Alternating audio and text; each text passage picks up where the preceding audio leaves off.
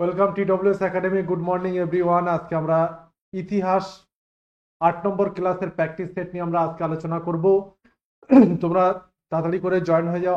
তোমরা জানো যে আমাদের প্রতিদিন সকাল 10টায় কিন্তু এই মক টেস্টটা চলে। সুতরাং দেখে নেবে যে আমাদের এর আগে যে সমস্ত ইতিহাসের প্র্যাকটিস ক্লাসগুলো রয়েছে সেগুলো প্রত্যেকটার ভিডিও রয়েছে, প্রত্যেকটা মডারেট রয়েছে। তোমরা কিন্তু সেখানে প্র্যাকটিস করতে পারবো এবং মক টেস্ট হিসাবে দিতে পারবে। এই সুবিধাগুলো রয়েছে। তোমরা দেখো যে আজকে প্র্যাকটিস 8 নম্বর ক্লাস নিয়ে আমরা আজকে আলোচনা করি। চলো 1 নম্বর প্রশ্ন দেখার আগে দেখে নাও, আমাদের লেডি কনস্টেবল এবং পিএসসি ক্লার্কশিপের দুখানা ব্যাচ সম্প্রতি লঞ্চ হয়েছে। অনেকগুলো ব্যাচ চলছে বর্তমানে। তার ভিতরে নতুন যে ব্যাচটা হচ্ছে যে লেডি কনস্টেবল এবং পিএসসি ক্লার্কশিপ 2023-এ লাইভ রেকর্ডের সুবিধা রয়েছে। সমস্ত বিষয়ের সিলেবাস অনুযায়ী ক্লাস পাবে। সপ্তাহে 6 দিন ক্লাস, বিষয়ভিত্তিক ক্লাস রয়েছে। ব্যাচ শুরু 15 ডিসেম্বর থেকে হয়েছে। তোমরা যারা এখনো পর্যন্ত অবশ্যই রেজিস্ট্রেশন করোনি, অবশ্যই রেজিস্ট্রেশন করে নিবে। চলো 1 নম্বর শুরু করি। প্রথম নরসিংহ দেব যিনি কোণারকে সূর্য মন্দির নির্মাণ করেন তিনি কোন বংশের রাজা ছিলেন? প্রথম নরসিংহ দেব যিনি কোণার্কে সূর্য মন্দির নির্মাণ করেছিলেন তিনি কোন বংশের রাজা ছিলেন? সবাই উত্তর করবে, সবাই উত্তর করবে। প্রথম নরসিংহ দেব যিনি কোণারকে সূর্য মন্দির নির্মাণ করেছিলেন তিনি কোন বংশের রাজা ছিলেন? উত্তর কি হবে? উত্তর কি হবে বলবে সবাই।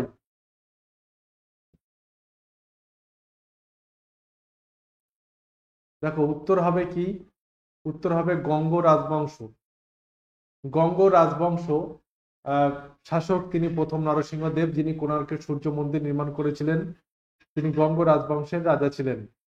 দেখো এর আগে 6 নম্বর ক্লাসে, 6 নম্বর প্র্যাকটিস সেটে, প্র্যাকটিস ক্লাসে 28 নম্বর প্রশ্নে উত্তর কিন্তু ঋষি অরবিন্দ হবে। এটা একটু দেখে নেবে। ভুল করে সি আর দাস মার্কিং করা হয়েছিল, যেখানে বলা হয়েছিল যে দেশকে ভালোবাসা যদি অপরাধ হয় তবে আমি অপরাধী, এটা ঋষি অরবিন্দ হবে।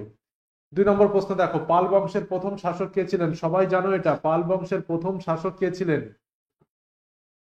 পাল বংশের প্রথম শাসক কে ছিলেন? সবাই উত্তর করবে।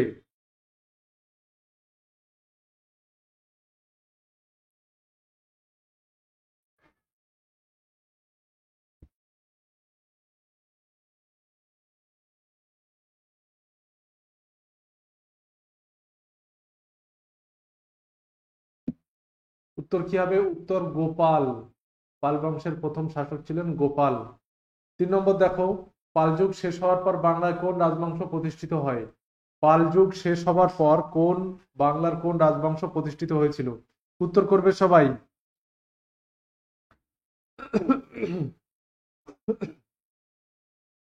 পাল বংশ, পাল যুগ শেষ হওয়ার পর বাংলায় কোন রাজবংশ প্রতিষ্ঠিত হয়েছিল?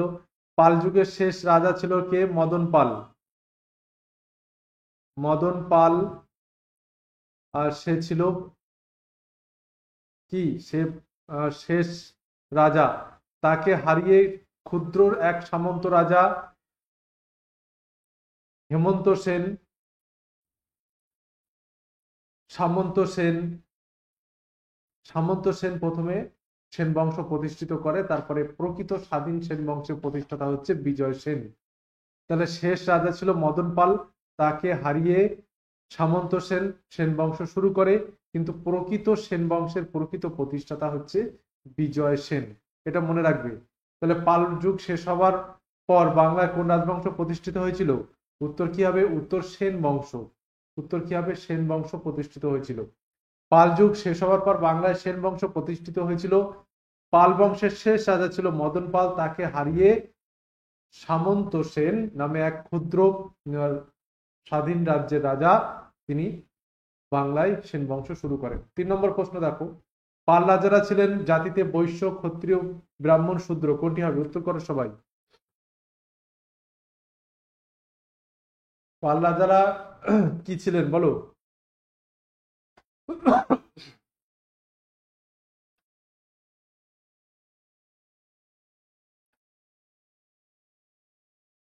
উত্তর কি হবে? ক্ষত্রিয়। ক্ষত্রিয় ছিলেন পাল রাজারা এবং আহ ধর্মে তারা বৌদ্ধ ধর্মের পৃষ্ঠপোষকতা অর্জন করতেন। বৌদ্ধ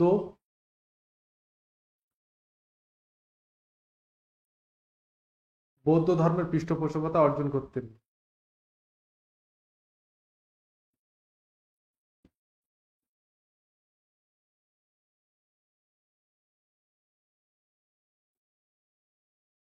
তাহলে পাল রাজারা বৌদ্ধ ধর্মের পৃষ্ঠপোষকতা অর্জন করতেন এবং জাতিতে ক্ষত্রিয় ছিলেন। 5 নম্বর দেখো, প্রাচীনকালে প্রাগজ্যোতিষপুর বর্তমানে কি নামে পরিচিত? খুবই পরীক্ষায় আসা প্রশ্ন, খুব ভালো একটা প্রশ্ন। বলো, প্রাচীনকালের প্রাগজ্যোতিষপুর বর্তমানে কি নামে পরিচিত? মিজোরাম, মণিপুর, আসাম, বাংলাদেশ, কি হবে উত্তর? প্রাচীনকালের প্রাগজ্যোতিষপুর বর্তমানে কি নামে পরিচিত?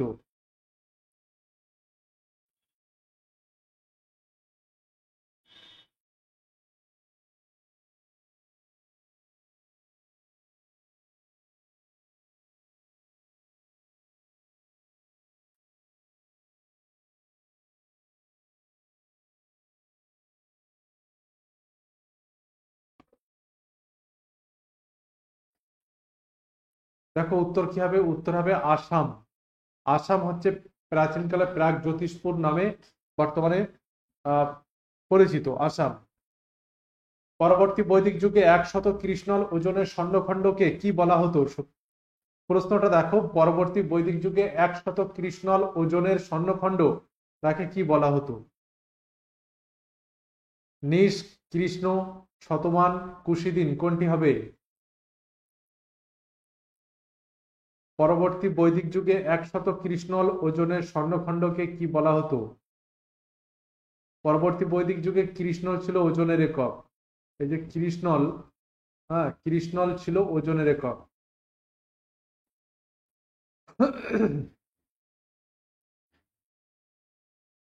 সবাই উত্তর করো,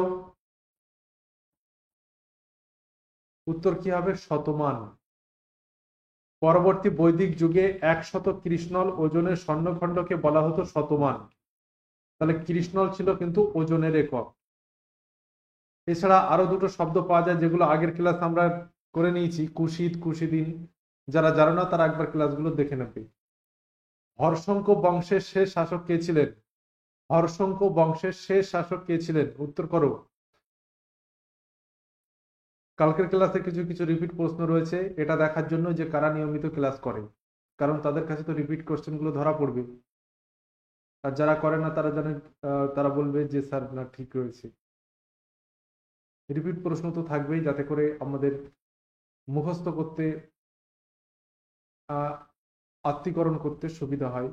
তাহলে বলো, হর্ষঙ্ক বংশের শেষ শাসক কে ছিলেন? হর্ষঙ্ক বংশের শেষ শাসক কে ছিলেন?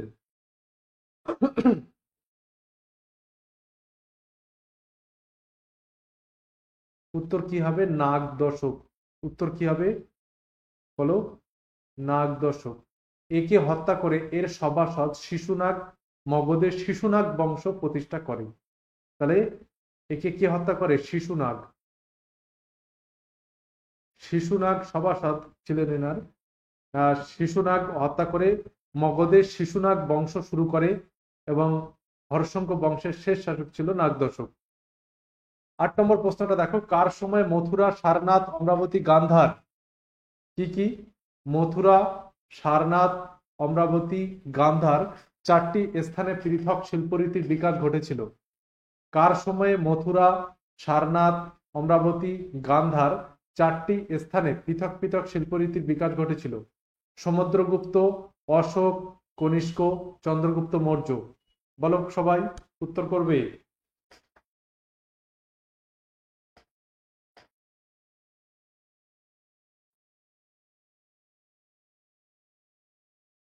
মথুরা, সারনাথ, অমরাবতী, গান্ধার 4টি স্থানে পৃথক পৃথক শিল্পরীতির বিকাশ ঘটে। উত্তর কি হবে? উত্তর কনিষ্ক। কনিষ্কের আমলে কিন্তু মথুরা, সারনাথ, অমরাবতী, গান্ধার 4টি স্থানে পৃথক শিল্পরীতির বিকাশ ঘটেছিল। নেক্সট প্রশ্ন দেখো, বর, বরণ, বিক্রম, চারু, বিক্রম উপাধি কোন রাজা ধারণ করেছিলেন? উপাধিটা দেখো কত বড়। বর, বরণ, বিক্রম, চারু, বিক্রম।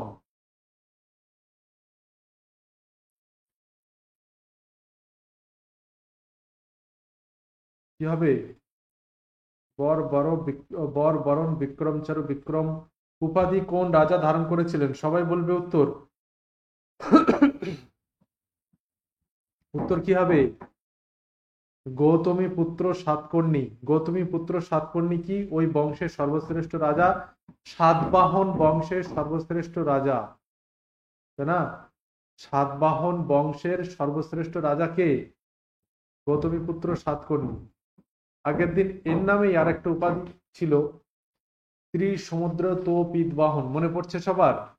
সেটাও কিন্তু গৌতমীপুত্র সাতকর্ণীর মা গৌতমী বলশ্রী নাসিক প্রশস্তিতে নিজের পুত্রের বর্ণনা করতে গিয়ে তিনি বলেছিলেন ত্রিসমুদ্র তোপিতবাহন, এবং গৌতমীপুত্র সাতকর্ণী নিজেকে বর বরণ বিক্রম চারু বিক্রম উপাধি দেন বা দিয়েছিলেন। সাত বংশের শ্রেষ্ঠ রাজা গৌতমীপুত্র সাতকর্ণী, এবং গৌতমী বলশ্রী ছিলেন তার মা, এবং তিনি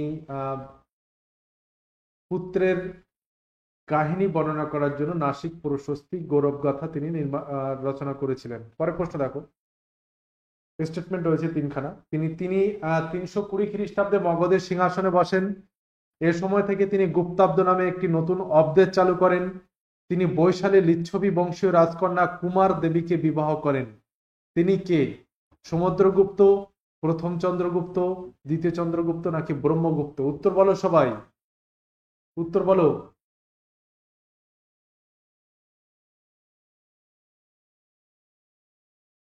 তিনশো কুড়ি খ্রিস্টাব্দে মগধের সিংহাসনে বসেছিলেন।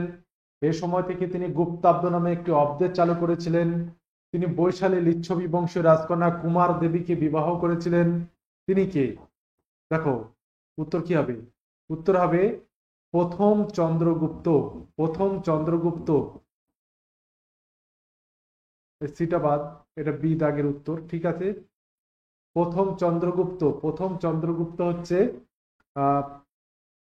320 খ্রিস্টাব্দে মগধের সিংহাসনে বসে গুপ্তাব্দ নামে একটা নতুন অব্দ চালু করেছিলেন, এবং বৈশালী লিচ্ছবি বংশের রাজকন্যা কুমার দেবীকে তিনি বিবাহ করেন।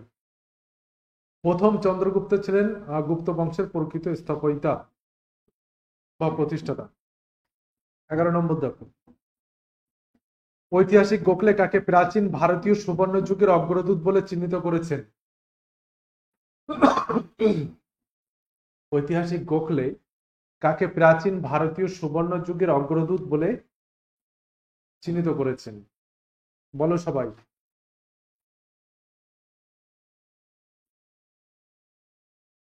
প্রাচীন ভারতীয় সুবর্ণ যুগের অগ্রদূত বলে চিহ্নিত করেছেন কাকে?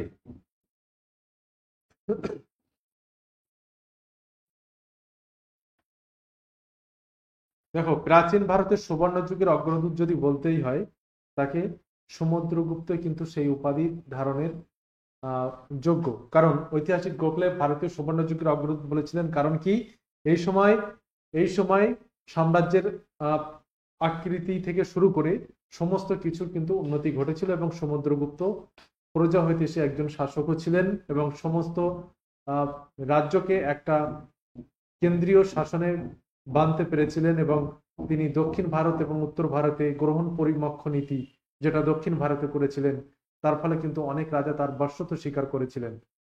12 নম্বর দেখো, 12 নম্বর দেখার আগে দেখো ডব্লিউবিপি কেপি নতুন ফাউন্ডেশন ব্যাচ এসেছে, জিডি ফাউন্ডেশন উদ্যম ব্যাচ আমাদের রয়েছে, প্র্যাকটিস ব্যাচ রয়েছে। তোমাদের যেটা খুশি সেটা তোমরা রেজিস্ট্রেশন করতে পারবে। অবশ্যই নিচের নাম্বারে দেওয়া নাম্বারে ফোন করবে 10টা থেকে 7টার মধ্যে। প্রতিদিন লাইভ ক্লাস রয়েছে, পিডিএফ নোটস, লাইভ মিস করলে রেকর্ড দেখার সুবিধা তো রয়েছেই। চলো 13 নম্বর। 12 নম্বর দেখো, কবিরাজ বা শ্রেষ্ঠ কবি কার ছিল? কবিরাজ বা শ্রেষ্ঠ কবি কার উপাধি ছিল? সমুদ্রগুপ্ত, হর্ষবর্ধন, প্রথম অমোঘবর্ষ, নাকি হরিসেন? বলো সবাই, কবিরাজ বা শ্রেষ্ঠ কবি কার উপাধি ছিল? সমুদ্রগুপ্ত, হর্ষবর্ধন, প্রথম অমোঘবর্ষ,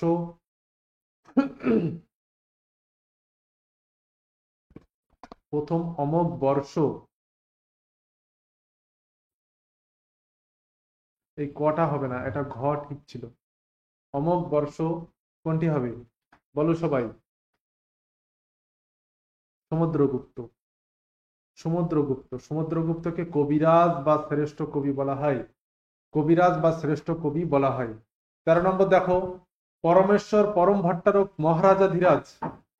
পরমেশ্বর পরম ভট্টারক মহারাজা ধীরাজ কার উপাধি, কোন পাল বংশীয় রাজা ছিল বলো? পরমেশ্বর পরম ভট্টারক মহারাজা ধীরাজ কার উপাধি ছিল?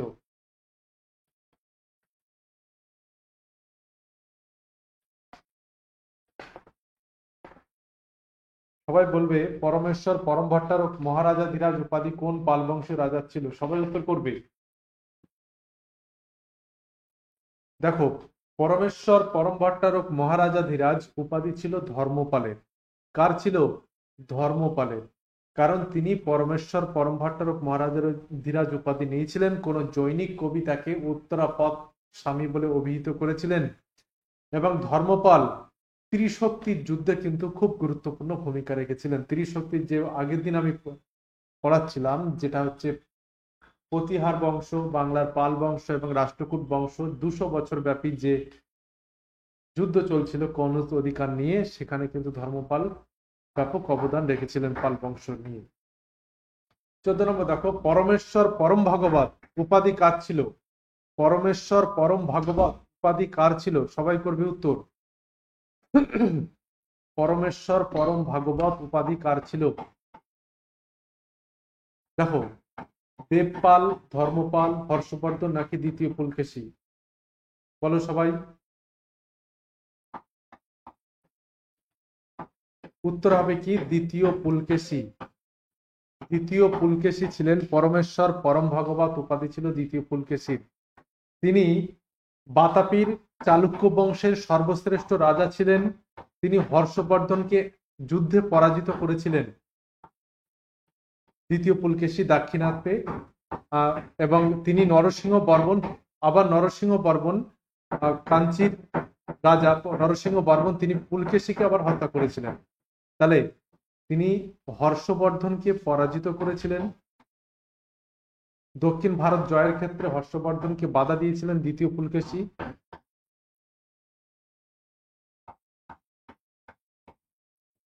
পরাজিত করেছিলেন,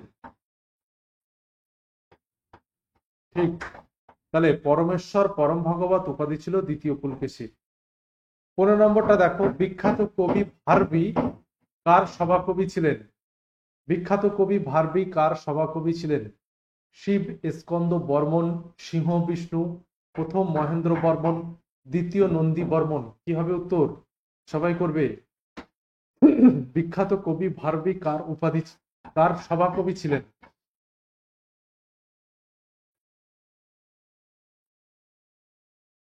দেখো, সিংহ বিষ্ণু। সিংহ বিষ্ণু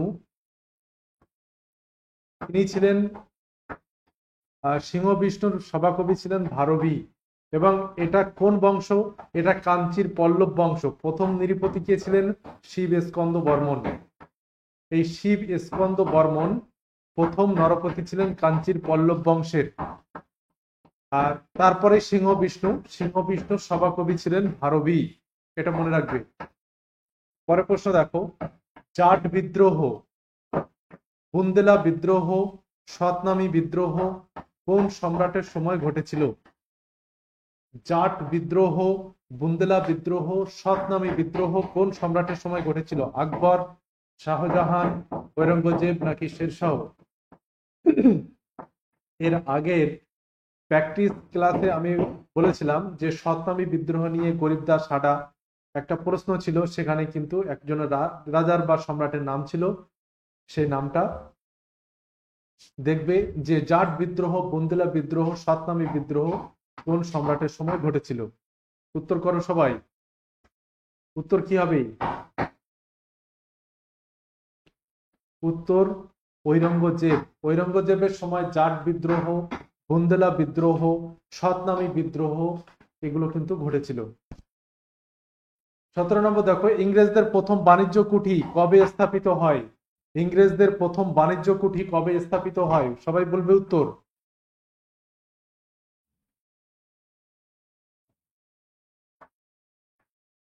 ইংরেজদের প্রথম বাণিজ্য কুঠি কবে স্থাপিত হয়েছিল? 1615 খ্রিস্টাব্দে, 1613 খ্রিস্টাব্দে, 1608 খ্রিস্টাব্দে নাকি 1619 খ্রিস্টাব্দে ইংরেজদের প্রথম বাণিজ্য কুঠি কোথায় স্থাপিত, কবে স্থাপিত হয়েছিল? উত্তর কি হবে?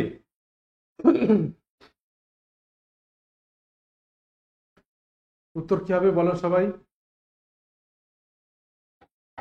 উত্তর হবে 1613 খ্রিস্টাব্দে। 1613 খ্রিস্টাব্দে ইংরেজদের প্রথম বাণিজ্য কুঠি কিন্তু স্থাপিত হয় 1613 খ্রিস্টাব্দে। এবং ফরাসিদের 1668 খ্রিস্টাব্দে সুরাটে ফরাসিরা বাণিজ্য কুঠি স্থাপন করে। 18 নম্বর দেখো, সম্রাট আকবরের সভাকবির নাম কি? সম্রাট আকবরের সভাকবির নাম কি ছিল? সবাই বলবে উত্তর।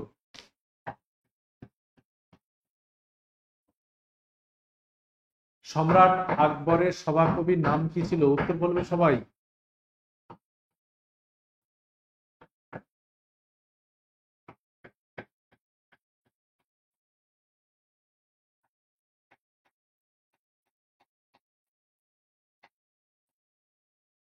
কি হবে উত্তর? সম্রাট আকবরের সভাকবির নাম। দেখো, সম্রাট আকবরের সভাকবির নাম কি ছিল? সবাই উত্তর করবে। উত্তর কি হবে? কবি ফৈজি। কবি ফৈজি ছিলেন সম্রাট আকবরের সভাকবির নাম। এবং আবু তালিব আমলি, এই আবু তালিব আমলি জাহাঙ্গীরের সভাকবি, সম্রাট জাহাঙ্গীরের সভাকবির নাম ছিল, সম্রাট জাহাঙ্গীরের সভাকবির নাম ছিল আবু তালিব আমলি। 19 নম্বরটা দেখো, মুর্শিদ কুলি খাঁ একই সঙ্গে বাংলা, বিহার, উড়িষ্যা মুর্শিদ কুলি খাঁ একই সঙ্গে বাংলা ও উড়িষ্যার সুবাদার নিযুক্ত হয়েছিলেন কবে? একই সঙ্গে বাংলা এবং উড়িষ্যার সুবাদার নিযুক্ত হয়েছিলেন কবে হয়েছিলেন বলো সবাই।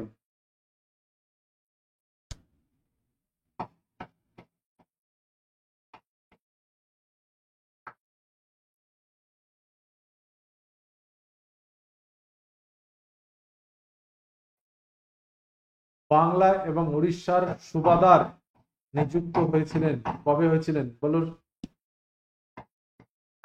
উত্তর কি হবে? উত্তর হবে দেখো, 1717 খ্রিস্টাব্দে মুর্শিদ কুলি খাঁ একই সঙ্গে বাংলা এবং উড়িষ্যার সুবাদার নিযুক্ত হয়েছিলেন। কোন শিখ গুরু শিখদের একটি স্বতন্ত্র বৈশিষ্ট্যপূর্ণ সম্প্রদায় পরিণত করেছিলেন? কোন শিখ গুরু শিখদের একটি স্বতন্ত্র বৈশিষ্ট্যপূর্ণ সম্প্রদায় পরিণত করেছিলেন? সবাই উত্তর করবে। কি হবে উত্তর? উত্তর হবে গুরু অঙ্গদ। এই গুরুমুখী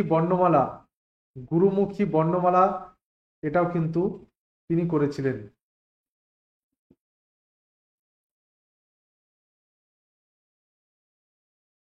গুরুমুখী বর্ণমালার ক্ষেত্রেও তিনি করেছিলেন। তাহলে কোন শিখ গুরু শিখদের একটি স্বতন্ত্র বৈশিষ্ট্যপূর্ণ সম্প্রদায় পরিণত করেন? গুরু অঙ্গদ। পরের প্রশ্ন দেখে নেই, ঐতিহাসিক গ্র্যান্ড ডাব কাকে মারাঠা জাতির নেপোলিয়ন বলেছিলেন? ঐতিহাসিক গ্র্যান্ড ডাব কাকে মারাঠা জাতির নেপোলিয়ন বলেছিলেন? সবাই উত্তর করবে।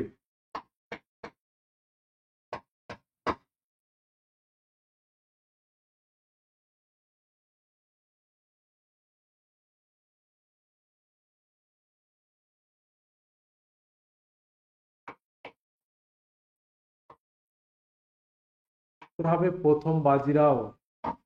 ঐতিহাসিক গ্র্যান্ড ডাব কাকে মারাঠা জাতির নেপোলিয়ন বলেছিলেন? প্রথম বাজিরাওকে মারাঠা জাতির নেপোলিয়ন বলেছিলেন গ্র্যান্ড ডাব।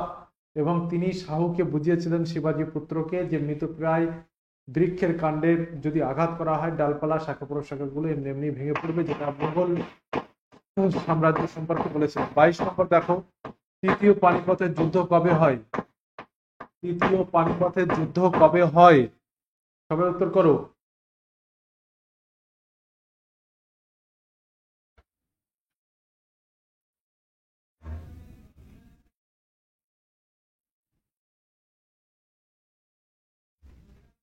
তৃতীয় পানিপথের যুদ্ধ হয়েছিলেন 1761 খ্রিস্টাব্দে। তৃতীয় পানিপথের যুদ্ধ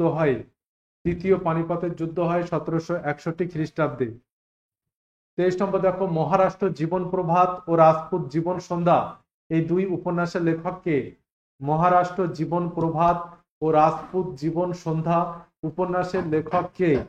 সবাই বলবে উত্তর।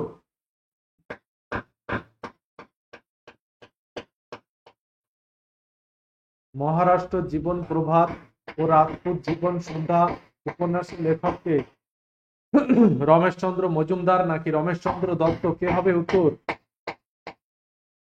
দেখো উত্তর কি হবে? রমেশচন্দ্র দত্ত হবে। রমেশচন্দ্র মজুমদার নিয়ে অনেকে গুলিয়ে ফেলবে, অপশনগুলো সেইভাবেই রাখা। তাহলে উত্তর কি হবে? রমেশচন্দ্র দত্ত। 24 নম্বর দেখো, অরবিন্দ ঘোষ কাকে ভারতীয় জাতীয়তাবাদের ঋষি বলেছিলেন? অরবিন্দ ঘোষ কাকে ভারতীয় জাতীয়তাবাদের ঋষি বলে অভিহিত করেছেন? কি হবে উত্তর?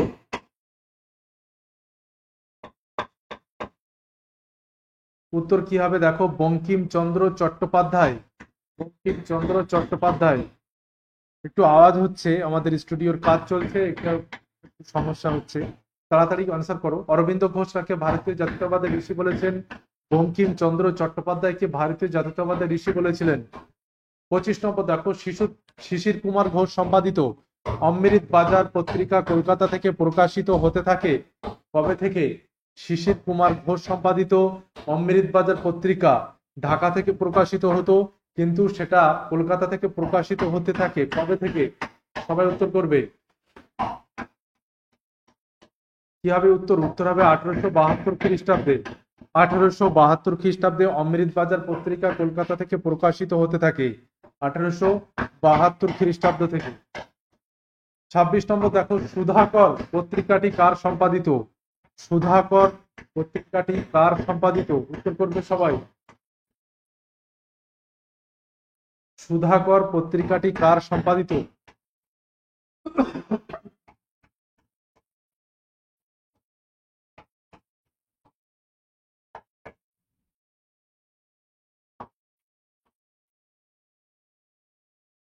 সুধাকর পত্রিকাটি কার সম্পাদিত?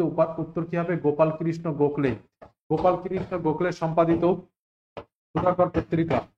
লন্ডনে ইস্ট ইন্ডিয়া অ্যাসোসিয়েশন প্রতিষ্ঠা করেন কে? লন্ডনে ইস্ট ইন্ডিয়া অ্যাসোসিয়েশন কে প্রতিষ্ঠা করেন? বলো সবাই।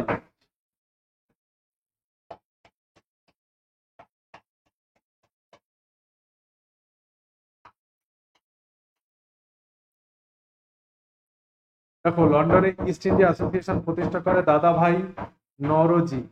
দাদাভাই নওরোজি লন্ডনে ইস্ট ইন্ডিয়া অ্যাসোসিয়েশন প্রতিষ্ঠা করেছিলেন, এবং ভারতের মহান বা চমৎকার বৃদ্ধ এবং আনব্রিটিশ রুল ইন ইন্ডিয়া বইগুলির লেখক দাদাভাই নওরোজি।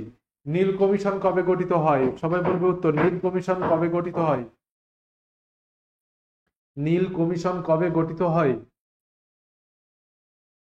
উত্তর কি হবে? 1860 খ্রিস্টাব্দে কিন্তু নীল কমিশন গঠিত হয়। নীল কমিশন নীলকরদের অত্যাচার এবং বিভিন্ন ধরনের আইন নিয়ে একটা মোটামুটি নীল কমিশন গঠন হয়, যাতে চাষিদের ক্ষেত্রে কিছুটা হলেও অন্তত সুবিধা পায়।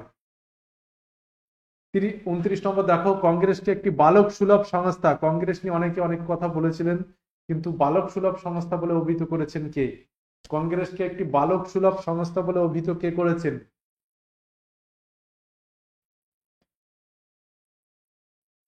বলো সবাই, উত্তর করো।